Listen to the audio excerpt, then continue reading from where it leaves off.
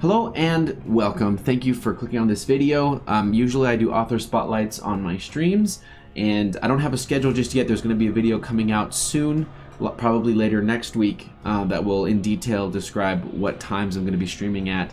And during these spotlights, I will highlight artists' either paintings, short stories, poems, videos, anything that this artist is doing, anything that's their passion, music, and that's what we'll be doing, is shedding light on other artists and their work. It's really, I've done 2 of them already, and it's really incredible. I didn't think I'd enjoy it as much as I did.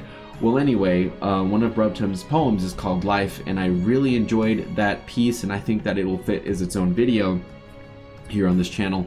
So I hope you enjoy. Thank you, and you have a nice day.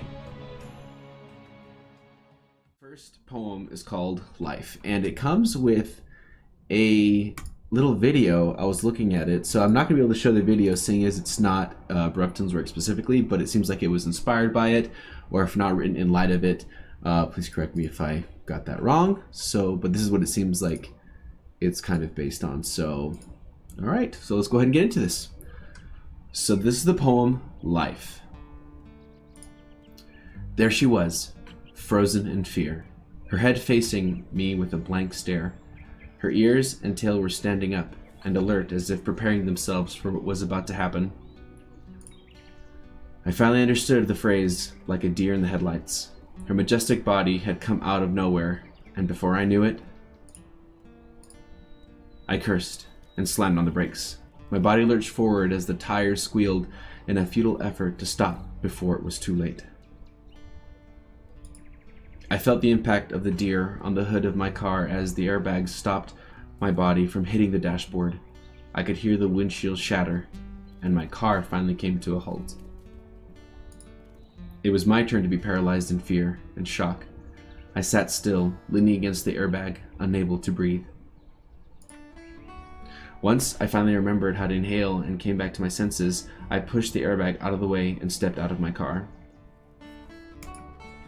I watched as 2 fawns turned and ran away, startled by the sudden movement.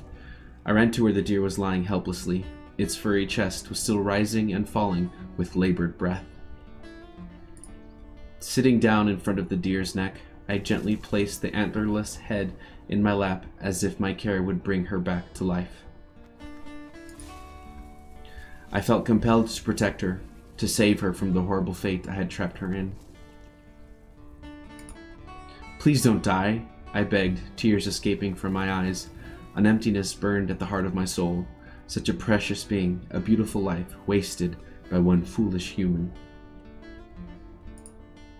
Sobs lurched out of my wretched body as I wrapped my arms around the deer's neck in a soft embrace. Life seemed worthless to me until I felt the life of a perfect, innocent creature being stolen. It was all my fault. I could never do anything right. As the life of the creature faded away, my own life was reflected in my mind. My dream business falling apart in my very hands, the divorce papers, the depressed and disappointed look on my mother's face as my father disowned me from his family. It wasn't fair. Oh my God. The deer still had a family, had a reason to live. Why was she dying and not me? Abandoning all hope, I prayed.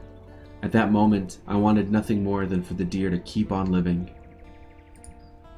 I wished to trade my life. Oh my God, dude. I wished to trade my life in order for the beautiful creature to roam this earth once more. The magic in my life had all turned to shit, but the deer could have had so much more. I felt as though the energy was leaving my body. The lonely nights and empty days seemed to no longer matter as my body went limp. I felt a distant euphoria as my soul abandoned my cursed body. The deer stood up, alert. She felt a new energy, felt invigorated. Without thinking twice about the car behind her, she galloped out into the field to find her family.